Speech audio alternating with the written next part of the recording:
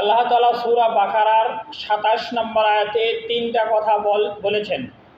তিনটা বিশেষ বৈশিষ্ট্যের কথা আলোচনা করার পরে আল্লাহ তাআলা বলছেন, উলাইকা হুমুল খাসিরুন, এই লোকগুলো হলো ক্ষতিগ্রস্ত।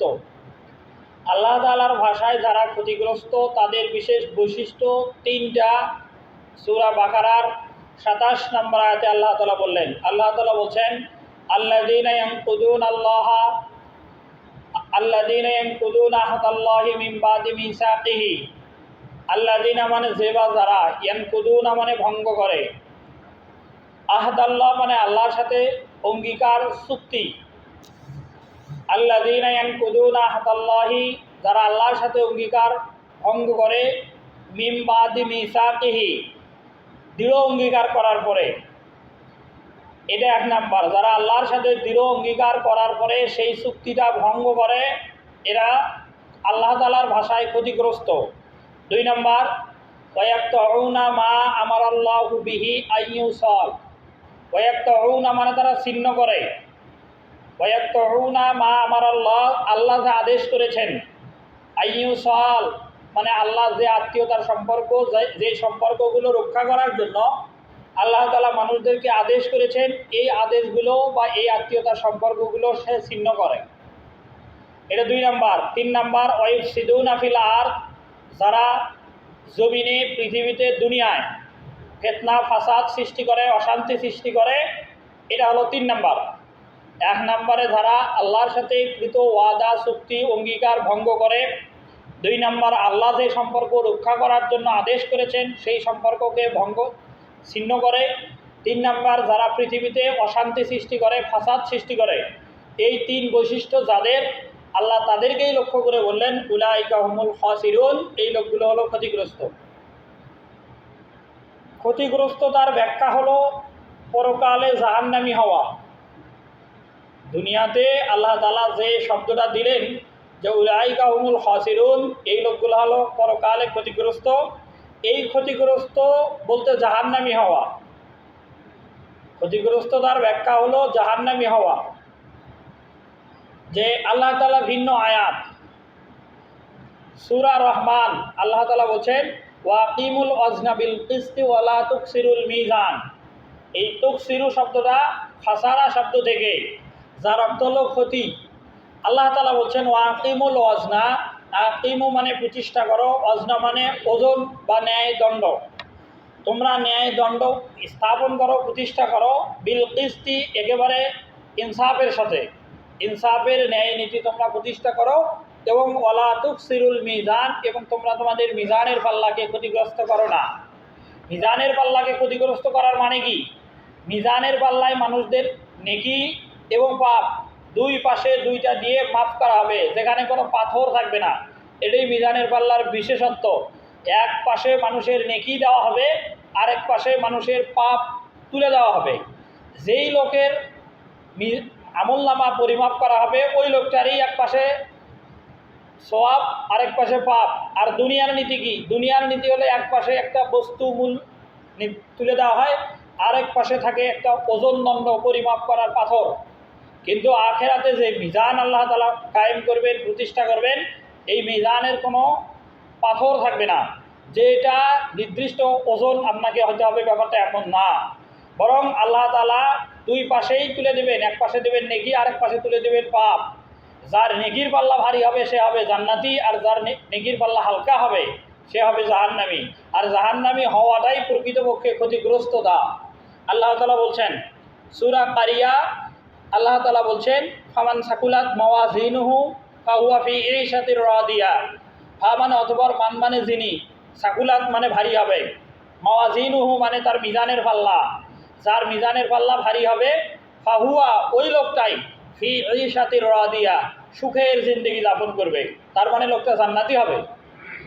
পরের আয়াত, ওয়ামান খাফফাত মাওয়াজিনুহু, ওয়া মানে এবং মান মানে যার, খাফফাত মানে হালকা হওয়া, যার নেকির পাল্লা হালকা হবে, নেকির দিকে কম, পাপের দিকে বেশি, পাপের দিকে ভারী হচ্ছে, নেকির দিকে হালকা হচ্ছে। যদি কারো এইরকম পরিস্থিতি হয়, আল্লাহ তাআলা বলছেন, ফাউম্মুহু হাবিয়া, ওই লোকটা হাবিয়া নামক দোজকের বাসিন্দা হবে। ওয়ামা আদরাকা মা হিয়া, আর এই হাবিয়া দোজক কি? নারুন হামিয়া, আল্লাহ তাআলার পক্ষ থেকে প্রজ্বলিত আগুন। নেকির পাল্লা হালকা হওয়াই হলো দুনিয়ার সবচেয়ে ক্ষতিগ্রস্ততার কাজ। আর কোন লোকগুলোর পরকালে নেকির পাল্লা হালকা হবে, এই কথাগুলোই কোরআন শরীফের যত আয়াতে খাসিরুন, আকসার, তারপরে খাসারা, এই শব্দগুলো দিয়ে কোরআন শরীফে আল্লাহ তাআলা বলেছেন সবগুলোই পরকালে যাদের নেকির পাল্লা হালকা হবে, পাপের পাল্লা ভারী হবে, এই লোকগুলোরই কথা। আল্লাহ তাআলা সেই জন্যই বলছেন যে ওয়াকিমুল ওয়াজনা বিল কিসতি ওয়ালা তুকসিরুল মিজান, তোমরা ন্যায়দণ্ড স্থাপন করো। এর অর্থ হলো তোমরা নেক আমল করো, যাতে করে নেক আমল যত বেশি হবে নেকির পাল্লা তত ভারী হবে। বদ আমল একেবারেই বাদ দাও। বদ আমল শূন্য যদি কোনো আমল নামা মানুষের ওঠে, তাহলে পাপের দিকে, পাপের যেই পাল্লায় তুলে দেওয়া হবে এই পাল্লা হালকা হবে, আর যাদের নেকির পাল্লা ভারী হবে এরাই জান্নাতি হবে। এ কারণেই আল্লাহ তাআলা অনেকগুলো আয়াতে যে কথাগুলো বলছেন, প্রথম সূরা বাকারার 27 নম্বর আয়াতে বললেন আল্লাযীনা ইয়ানকুদুনা আহদাল্লাহি মিন বাদি মিসাকিহি, যারা আল্লাহর সাথে ওয়াদা করার পরে সেই ওয়াদা ভঙ্গ করে। 2 নম্বর ওয়ায়াকতাউনা মা আমারাল্লাহু বিহি আইয়ুসাল, আল্লাহ তাদেরকে যে সম্পর্ক রক্ষা করার কথা বলেছেন এটা তারা ছিন্ন করে। 3 নম্বর ওয়ায়ুফসিদুনা ফিল আরদ, যারা দুনিয়াতে ফাসাদ সৃষ্টি করে, এই মানুষটাই হলো উলাইকা হুমুল খাসিরুন, তারা ক্ষতিগ্রস্ত হবে। এই আয়াতে যে 3টা কথা বলা হয়েছে, প্রথম আল্লাহর সাথে চুক্তি। আল্লাহর সাথে চুক্তি হলো আল্লাহ তাআলা আমাদেরকে আদেশ করেছেন, আল্লাহ আমাদেরকে প্রশ্ন করেছেন দুনিয়াতে আসার পরে, আর রুহের জগতে আল্লাহর সাথে আমাদের চুক্তি হয়ে গেছে। আলাম আহাদ ইলাইকুম ইয়া বানি আদম আল্লাহ তা'বুদুশ শাইতান ইন্নাহু লাকুম আদুউম মুবিন ওয়া আনিবুদুনি হাযা সিরাতুম মুস্তাকিম। সূরা ইয়াসিনের 60 এবং 61 নম্বর আয়াত। আল্লাহ তাআলা বলছেন, আমি কি বনি আদমের কাছ থেকে অঙ্গীকার নেই নাই, চুক্তি করি নাই, ওয়াদা নেই নাই? আল্লাহ এটা বলছেন, তার মানে অবশ্যই আল্লাহ তাআলা বনি আদম তথা আমাদের কাছ থেকে অঙ্গীকার, ওয়াদা, চুক্তি, কথা নিয়েছেন। কি সেটা? লা তা'বুদুশ শাইতান, তোমরা শয়তানের ইবাদত করবে না, শয়তানের ইবাদত বন্দেগী করবে না, বরং তোমরা আল্লাহর ইবাদত করবে। এই অঙ্গীকার আমরা আল্লাহকে করে আসছি, সেই কথা আল্লাহ তাআলা বলছেন। এরপরে বলছেন ওয়ানি বুদুনি হাযা সিরাতুম মুস্তাকিম, তোমরা আল্লাহর ইবাদত করো, এটাই সরল পথ। আল্লাহকে আমরা রুহের জগতে ওয়াদা করে আসলাম যে আল্লাহ আপনার ইবাদত আমরা করব, কিন্তু দেখা গেল দুনিয়াতে আসার পরে আমরা আর আল্লাহর ইবাদত করি না। এটাই হলো আল্লাযীনা ইয়ানকুদুনা আহদাল্লাহি মিন বাদি মিসাকিহি, আল্লাহর সাথে অঙ্গীকার করার পরে সেই অঙ্গীকার ভঙ্গ করা। যারা আল্লাহর সাথে রুহের জগতে অঙ্গীকার করে আসলো আপনার ইবাদত করব, দুনিয়াতে আসার পরে তারা আল্লাহর ইবাদত করতেছে না, এই লোকটাই আল্লাহর সাথে ওয়াদা ভঙ্গ করলো। আর এই লোকটার ব্যাপারেই আল্লাহ তাআলার বক্তব্য যে উলাইকা হুমুল খাসিরুন, এই লোকটা ক্ষতিগ্রস্ত। 2 নম্বর ওয়ায়াকতাউনা মা আমারাল্লাহু বিহি আইয়ুসাল, আল্লাহ যে সম্পর্ক রক্ষা করার কথা বললেন এই সম্পর্ক যারা ছিন্ন করে তারা ক্ষতিগ্রস্ত হবে। আল্লাহ কি সম্পর্ক রক্ষা করার কথা বলছেন?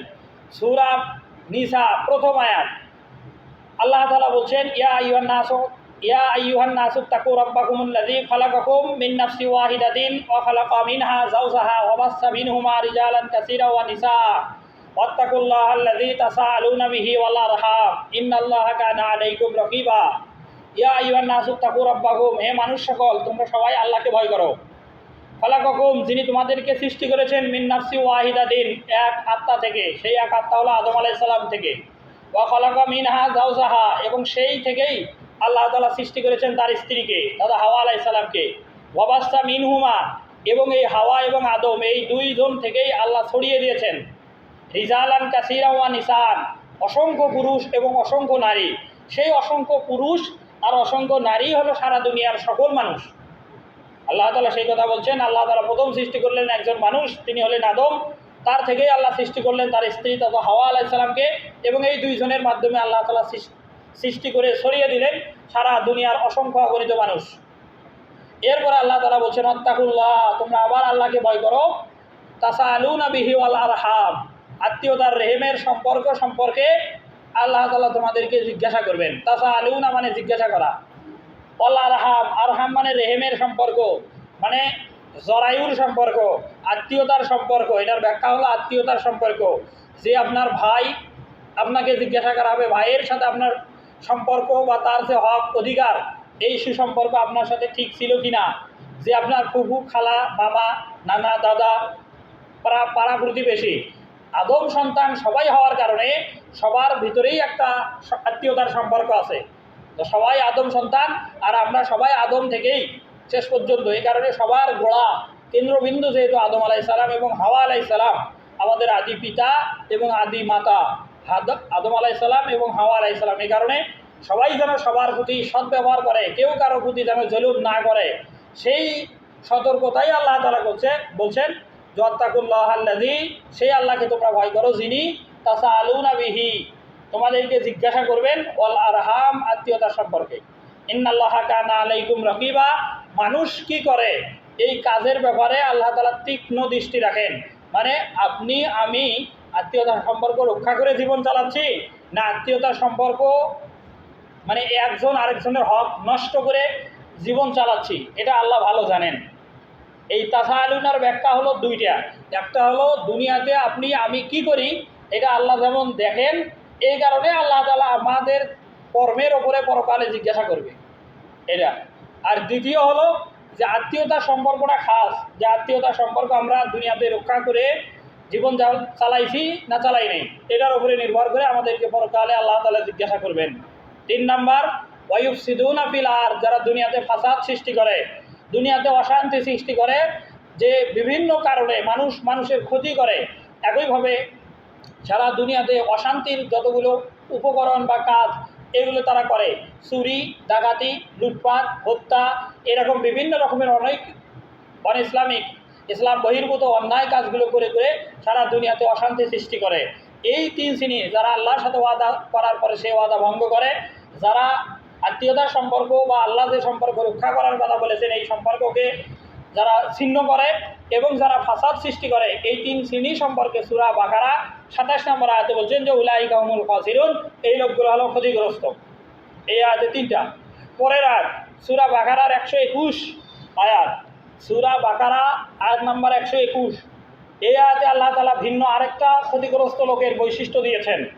আল্লাযীনা আতাইনাহুমুল কিতাব ইয়াতলুনাহু হাক্কা তিলাওয়াতিহি উলাইকা ইউমিনুনা বিহি ওয়া মান ইয়াকফুর বিহি ফাউলাইকা হুমুল খাসিরুন। আগের আয়াতেও শেষ কথা ছিল খাসিরুন, এই আয়াতেরও শেষ কথা হলো খাসিরুন। আল্লাহ তাআলা বলছেন আল্লাযীনা আতাইনাহুমুল কিতাব, যাদেরকে আমি আসমানি কিতাব দিয়েছি। এই কিতাব বলতে কারা?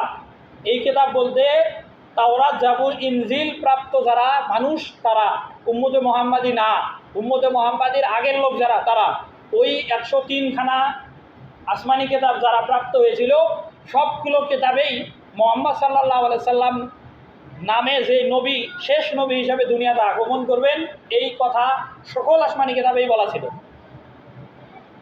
কোরআন নামক সর্বশেষ আসমানি গ্রন্থ নাজিল হবে, এই কথাও আগের 103খানা কিতাবেই লেখা ছিল। আল্লাহ তাআলা ওই 103খানা কিতাব প্রাপ্ত মানুষদেরকে বলছেন যে আল্লাযীনা আতাইনাহুমুল কিতাব, আল্লাহ বলতেছেন যাদেরকে আমি কিতাব দিয়েছি, ইয়াতলুনাহু, সেই কিতাবগুলো তারা তেলাওয়াত করতেছে। ইয়াতলুনাহু শব্দের অর্থ হলো তেলাওয়াত করা। হাক্কা তিলাওয়াতিহি, হাক্কা তিলাওয়াতিহি মানে যথাযথভাবে তেলাওয়াত করে, মানে ওই কিতাবগুলোতে কী লেখা আছে এটা তারা জানে, বোঝে।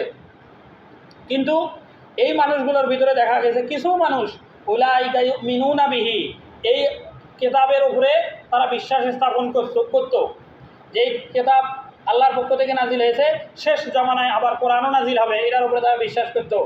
এই কিতাবে যেমন মুহাম্মদ সাল্লাল্লাহু আলাইহি সাল্লামের আগমনের বার্তা দেওয়া আছে, ঠিক মুহাম্মদ সাল্লাল্লাহু আলাইহি সাল্লাম দুনিয়াতে আসবেন এটার উপরেও তারা বিশ্বাস স্থাপন করত।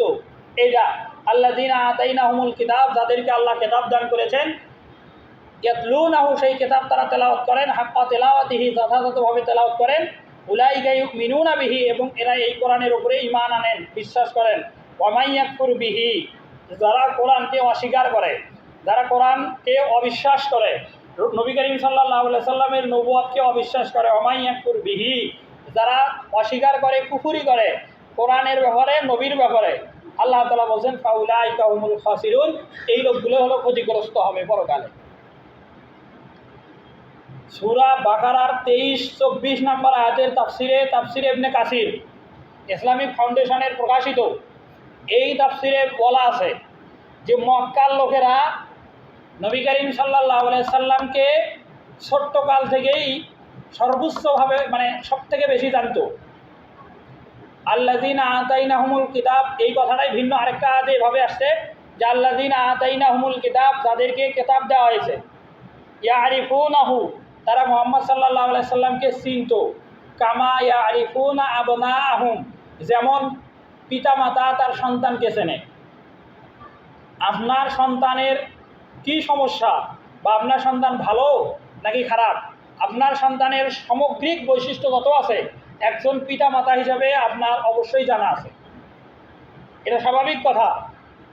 আল্লাহ তাআলা বলছেন আল্লাযীনা আতাইনাহুমুল কিতাব, আল্লাহ যাদেরকে কিতাব দিয়েছিল আগে, ওই 103খানা কিতাব, তারা ইয়ারিফুনাহু, নবী করিম সাল্লাল্লাহু আলাইহি সাল্লামকে চিনছিল, কামা ইয়ারিফুনা আবনাআহুম, যেমন নিজের সন্তানকে চেনে তারা। মানে মুহাম্মদ সাল্লাল্লাহু আলাইহি সাল্লাম যেদিন জন্মগ্রহণ করলো 7 বছরেই মক্কার লোকেরা তার সততার উপরে মুগ্ধ হয়ে পুরো মক্কাবাসী তাকে আল আমিন উপাধি দিয়েছিল। তার মানে তার কথার ব্যাপারে মক্কাবাসীদের এই সনদ বা এই সার্টিফিকেট এটা একদম গ্রহণযোগ্য ছিল যে মুহাম্মদ সাল্লাল্লাহু আলাইহি সাল্লামের কথার ব্যাপারে কোনো সন্দেহ নাই, সে যে কথাগুলো বলে এই কথাগুলো সবগুলোই সত্য। এ কারণেই তাকে বিশ্বাসী হয়ে আল আমিন উপাধি দিয়েছিল। 17 বছর বয়সে হিলফুল ফুজুল যখন গঠন করেন, পুরো মক্কার লোকেরা 17 বছর বয়সী একজন ব্যক্তি মুহাম্মদ সাল্লাল্লাহু আলাইহি সাল্লামের উপরে এরকম যুবক বয়সেই সবাই তার নেতৃত্বে মেনে নেয়।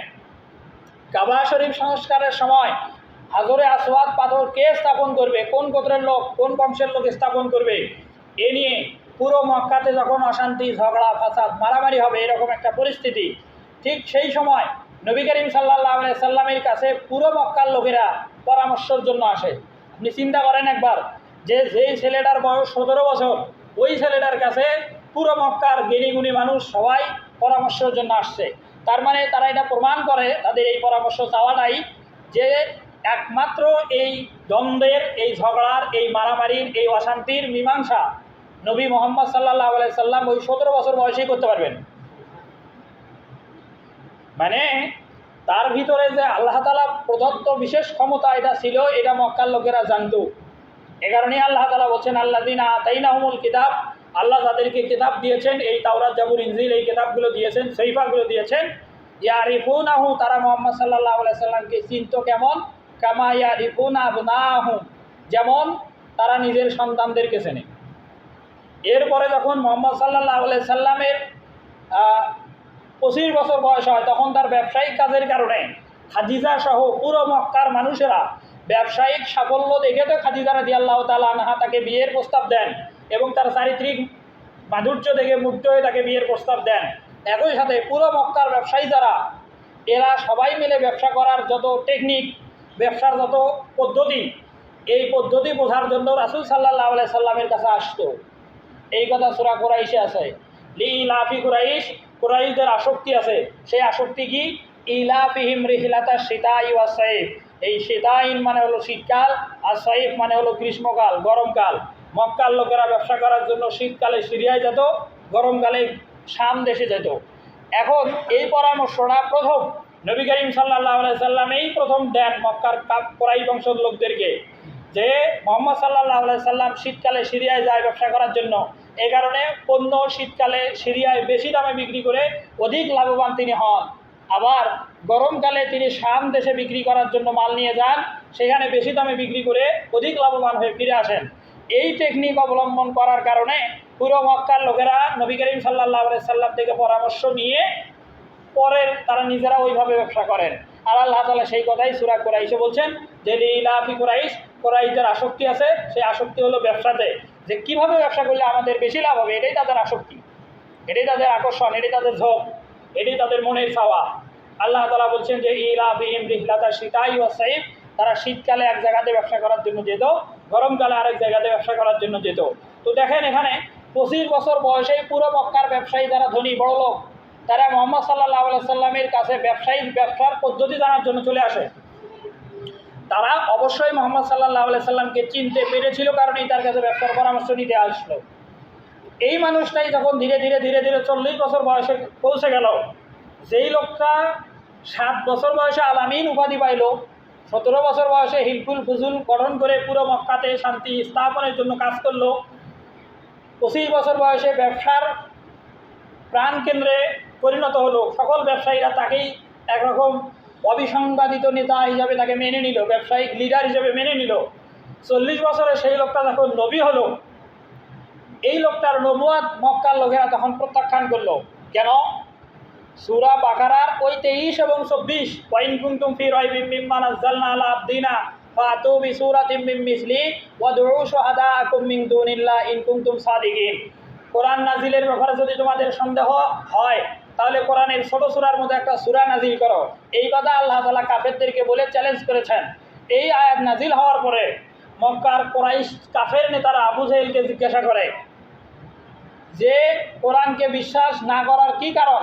কারণ আমরা তো মুহাম্মদ সাল্লাল্লাহু আলাইহি সাল্লামের সকল বিষয়গুলোকে সত্য বলে জানি। আবু জাহেল সেই দিন উত্তর দিয়েছিল যে আবহমান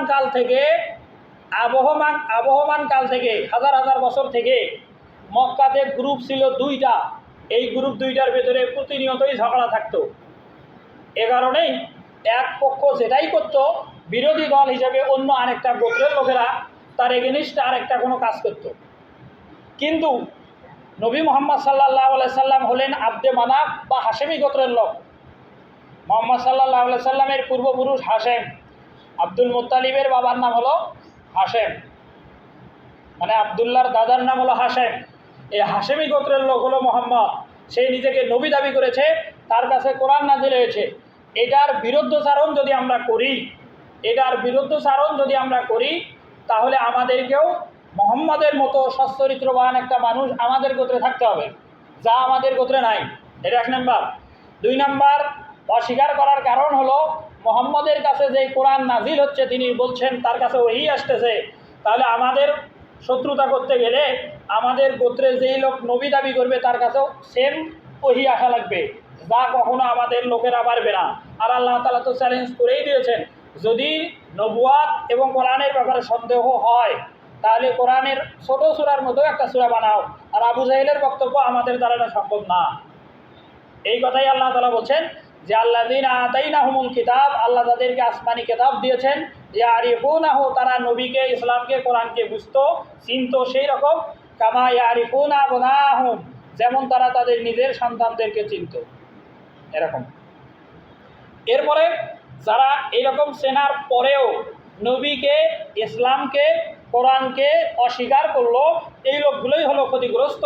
আল্লাহ তাআলা সেই কথাই বলছেন সূরা বাকারার 121 নম্বর আয়াতে, যে আল্লাযীনা আতাইনাহুমুল কিতাব, যাদেরকে আমরা কিতাব দিয়েছি, ইয়াতলুনাহু, তারা সেই কিতাব তেলাওয়াত করে, হাক্কা তিলাওয়াতিহি, যথাযথভাবে তেলাওয়াত করে, উলাইকা ইউমিনুনা বিহি, এবং কোরআন নবীর উপরে তারা ঈমান আনে, এবং ওয়ামাই ইয়াকফুর বিহি, যারা কোরআনে এবং নবীর উপরে অস্বীকার করে, এগুলোকে কুফরি করে, প্রত্যাখ্যান করে, ফাউলাইকা হুমুল খাসিরুন, এই লোকগুলোই ক্ষতিগ্রস্ত হবে। এটা 4 নাম্বার। ক্ষতিগ্রস্ত কারা? 1 নাম্বার যারা আল্লাহর সাথে চুক্তি ভঙ্গ করে, 2 নাম্বার যারা আল্লাহ যে সম্পর্ক রক্ষা করার কথা বলেছেন এই সম্পর্ক যারা ছিন্ন করে, 3 নাম্বার যারা দুনিয়াতে ফাসাদ সৃষ্টি করে, 4 নাম্বার যারা নবী এবং কোরআনকে চেনার পরেও নবী এবং কোরআনের অস্বীকার করে, তারা ক্ষতিগ্রস্ত। 5 নাম্বারে যারা গোমরা, যারা দ্বীন ইসলাম থেকে মুখ ফিরিয়ে নিয়েছে এবং তারা গোমরাহির ভিতরেই আছে, আল্লাহ তাআলা সেই কথা বলার পরে বলছেন এই লোকগুলোও ক্ষতিগ্রস্ত। মাই ইয়াহদিল্লাহু ফাহুয়াল মুহতাদি, সূরা আরাফ আয়াত নম্বর 178, আল্লাহ তাআলা বলছেন মাই ইয়াহদিল্লাহ ফাহুয়াল মুহতাদি, যেই লোকটাকে আল্লাহ হেদায়েত দান করেন ওই লোকটাই প্রকৃতপক্ষে হেদায়েত পায়। এবং ওয়ামাই ইউদিলিল, আল্লাহ তাকে গোমরাহ করেন, ফাউলাইকা হুমুল খাসিরুন, এই লোকটা ক্ষতিগ্রস্ত হবে। যেই লোকটাকে আল্লাহ হেদায়েত দান করেন ওই লোকটাই প্রকৃতপক্ষে হেদায়েত পায়, আর যেই লোকটাকে আল্লাহ হেদায়েত দেয় না, গোমরাহ করেন, ওই লোকটা ক্ষতিগ্রস্ত হবে। এখান থেকে একটা মানুষ প্রশ্ন বানাতেই পারে, সেটা হলো কেমন, যে আল্লাহ তো হেদায়েত দেবেন, আল্লাহ হেদায়েত দেয় নাই কারণেই আজকে যারা দুনিয়াতে বিধর্মী তারা হেদায়েত পায় নাই। এদের ক্ষতিগ্রস্ততার জন্য ব্যক্তি এরা নিজেরা দায়ী নয়, আল্লাহ তাদেরকে হেদায়েত দেন নাই কারণে তারা হেদায়েত পায় নাই। ব্যাপারটা এরকম প্রশ্ন বা এরকম ব্যাখ্যা ভাবনা করার কোনো সুযোগ নাই। আল্লাহর কাছে হেদায়েত চাওয়া লাগবে, এটা প্রথম কথা। প্রথম বাক্য হলো হেদায়েত আপনাকে চাইতে হবে।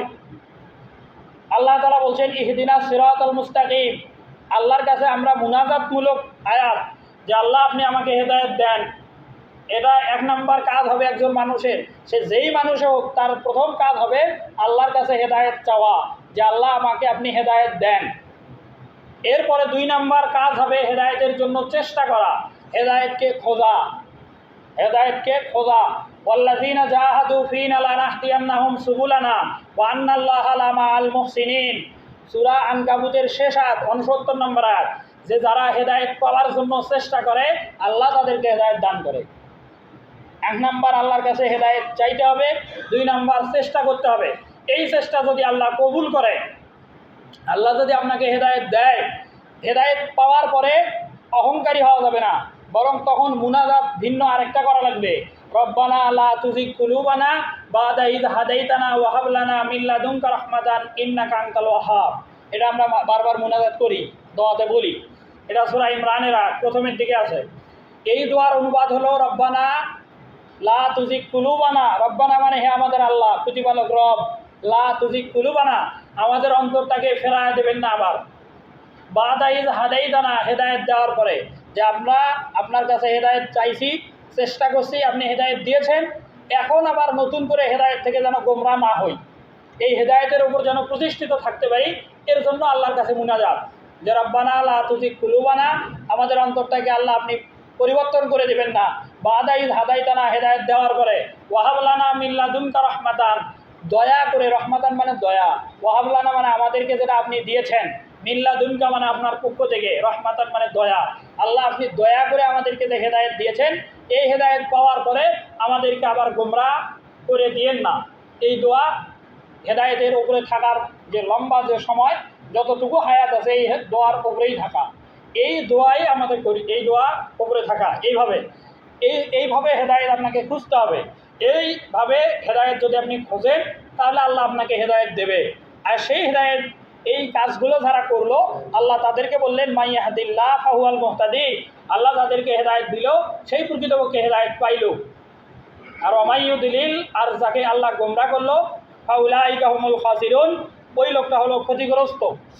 এ কারণে আপনাকে হেদায়েত চাইতে হবে। এটা হলো 5 নাম্বার। 6 নাম্বার সূরা মুনাফিকুনের 9 নাম্বার আয়াতে আল্লাহ তাআলা ক্ষতিগ্রস্ত মানুষের একটা বৈশিষ্ট্য তুলে ধরেছেন, যে ইয়া আইয়ুহাল্লাযীনা আমানু লা তুলহিকুম আমওয়ালুকুম ওয়ালা আওলাদুকুম আন যিকরিল্লাহ ওয়া মান ইয়াফআল যালিকা ফাউলাইকা হুমুল খাসিরুন।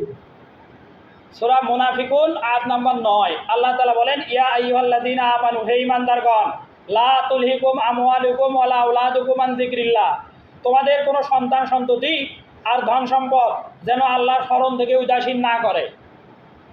এই আয়াতের 2টা ব্যাখ্যা।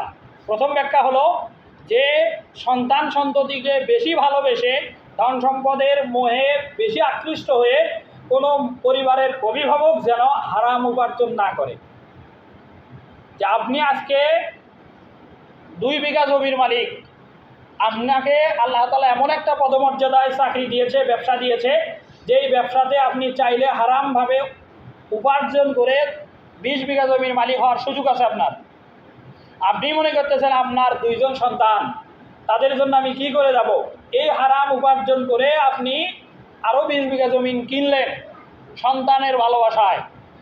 আপনি যেন এই কাজটা না করেন, সেই জন্যই আল্লাহ তাআলা বলছেন ইয়া আইয়ুহাল্লাযীনা আমানু, হে ঈমানদারগণ, লা তুলহিকুম আমওয়ালুকুম ওয়ালা আওলাদুকুম আন যিকরিল্লাহ, আল্লাহর জিকির বাদ দিয়ে, আল্লাহকে ভুলে গিয়ে সন্তান এবং সম্পদের মোহে যেন আল্লাহর স্মরণ আপনাকে ভুলিয়ে না দেয়। এটা হলো দ্বিতীয় কথা, যে আপনার এই যদি হয় ডিসিশন যে সন্তানকে ভবিষ্যৎ গড়ানোর জন্য নিজের অধিক সম্পদশালী হওয়ার স্বার্থে আপনি যদি হারামভাবে সম্পদ উপার্জন করেন, এটা হবে একদম চূড়ান্ত পর্যায়ের বোকামি। আপনি হারাম উপার্জন করার কারণে যে গুনাহ হবে পুরোটাই আপনার, আর আপনি গড়ে দিলেন আপনার সন্তানের। মানে আপনি সম্পদ অর্জন করলেন, উপার্জন করলেন হারাম পন্থায়, মানুষকে ঠকিয়ে হারামভাবে, এই হারামের সম্পদটা আপনি করে দিলেন আরেকজনকে। আর এই সন্তান সেই সম্পদ তো ভালোভাবে ব্যয় করবেই না, বরং আপনাকে এই সম্পদের কারণে, হারাম উপার্জন করার কারণে পরকালে জাহান্নামে হওয়া লাগবে। কোনো ব্যক্তি যেন সন্তানদের ভবিষ্যৎ সুন্দর করে দেওয়ার জন্য হারাম পন্থায় সম্পদ উপার্জন না করে আল্লাহ তাআলা সেই কথা বলছেন যে ইয়া আইয়ুহাল্লাযিনা আমানু লা তুলহিকুম আমওয়ালুকুম ওয়ালা আওলাদুকুম আন যিকরিল্লাহ।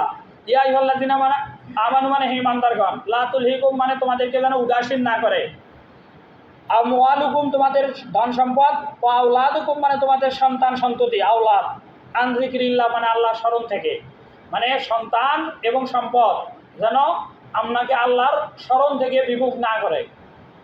সন্তানের কারণে বা সম্পদের কারণে আল্লাহকে ভুলে যাওয়া যাবে না। কিয়ামতের দিন এমন হবে, সূরা আবাসা 30 পারাতে আসছে, ইয়াউমা ইয়াফিরুল মারউ মিন আখি। ইয়াউমুন মানে কিয়ামতের দিন, ইয়াফিরু মানে পলায়ন করবে, ইয়াউমা ইয়াফিরুল মারউ মানে মানুষ, আখিহি মানে ভাই, মানে ভাই ভাই থেকে পালাবে, ওয়া উম্মিহি ওয়া আবি, উম্মিহি মানে মা, সন্তানেরা সন্তানকে ফেলে রেখে কিয়ামতের দিনে পরকালে মায়েরা পালাবে, বাবাও তার সন্তানদেরকে ফেলে রেখে পালাবে, ওয়াসাহিবিহি ওয়াসাহিবাতিহি এবং তার স্ত্রী যারা সঙ্গী, এই সঙ্গীরাও ব্যক্তিকে ধুয়ে পালাবে, ওয়া বানিহি এবং সন্তানেরাও একে অপরকে ধুয়ে পালাবে। যেদিন এই পরিমাণ হবে, সন্তান আপনাকে চিনবে না, ভুলে যাবে, তো সেই সন্তানের জন্য আপনি সেই দিনের বিপদকে গ্রহণ করে দুনিয়ায় আপনি তাদের জন্য সম্পদ করে দিচ্ছেন। ব্যাপারটা এরকম যেন না হয়। দুনিয়ার সুখটাও প্রকৃত সুখ নয়, আখেরাতের সুখটাই প্রকৃত সুখ, দুনিয়ার দুঃখটাও প্রকৃত দুঃখ নয়, আখেরাতের দুঃখটাই প্রকৃত দুঃখ। দুনিয়াতে যেই লোকটা সব থেকে বেশি সুখে থাকে, এই লোকটা যদি পরকালে জাহান্নামী হয়, মিশকাত শরীফের জান্নাতের এবং জাহান্নামের হাদিসে রাসূল সাল্লাল্লাহু আলাইহি সাল্লাম বলেন, যেই লোকটা সব থেকে বেশি সুখে থাকছিল দুনিয়ায়, এমন লোক যদি জাহান্নামী হয়, আল্লাহ তাআলা তাকে জিজ্ঞাসা করবেন, তুমি কি দুনিয়ায় সামান্যতম সুখ ভোগ করেছ? ওই তখন অস্বীকার করবে যে আমি কখনো সুখে ছিলাম, এটা আমার মনেই হয় না। সূরা নাজিয়া, এটা 30 পারার 2 নম্বর সূরা, 79 নম্বর সূরা, নাবার পরে, ইয়াউমা ইয়ারাউনাহা লাম ইয়ালবাসু ইল্লা আশিয়াতান আও দুহাহা, যে পরকালে মানুষেরা এই কথা স্বীকার করবে, আল্লাহকে বলবে, ইয়াউমা ইয়ারাউনাহা লাম ইয়ালবাসু ইল্লা আশিয়াতান আও দুহাহা, আমি হয়তো একটা সকাল অথবা একটা বিকাল, এতটুকু সময় আমি দুনিয়াতে ছিলাম, এর বেশি দুনিয়াতে আমি ছিলামই না। মানে আমি 50-100 বছর হায়াত টার্গেট নিয়ে দুনিয়াতে কাজ করতেছি, আর মরার পরে আখেরাতে যাওয়ার পরে আমাদের মনে হবে কান্নাহুম ইয়াউমা ইয়ারাউনাহা লাম ইয়ালবাসু, লাম ইয়ালবাসু মানে দুনিয়াতে আমি অবস্থান করছি, ইল্লা আশিয়াতান, আশিয়াতান মানে হলো সন্ধ্যা, সন্ধ্যার সময়টা খুব অল্প, সূর্য ডুবে গেলে সন্ধ্যা শুরু, শাফাক ডুবে গেলে রাত শুরু, এই শাফাক ডুবে যাওয়ার পরে রাত শুরু, মানে মাগরিবের নামাজের যে সময়টা যতটুকু সময়, এতটুকু সময়ের আরবি হলো আশিয়াতান। পরকালে বলবে যে এতটুকু সময় আমি দুনিয়াতে ছিলাম।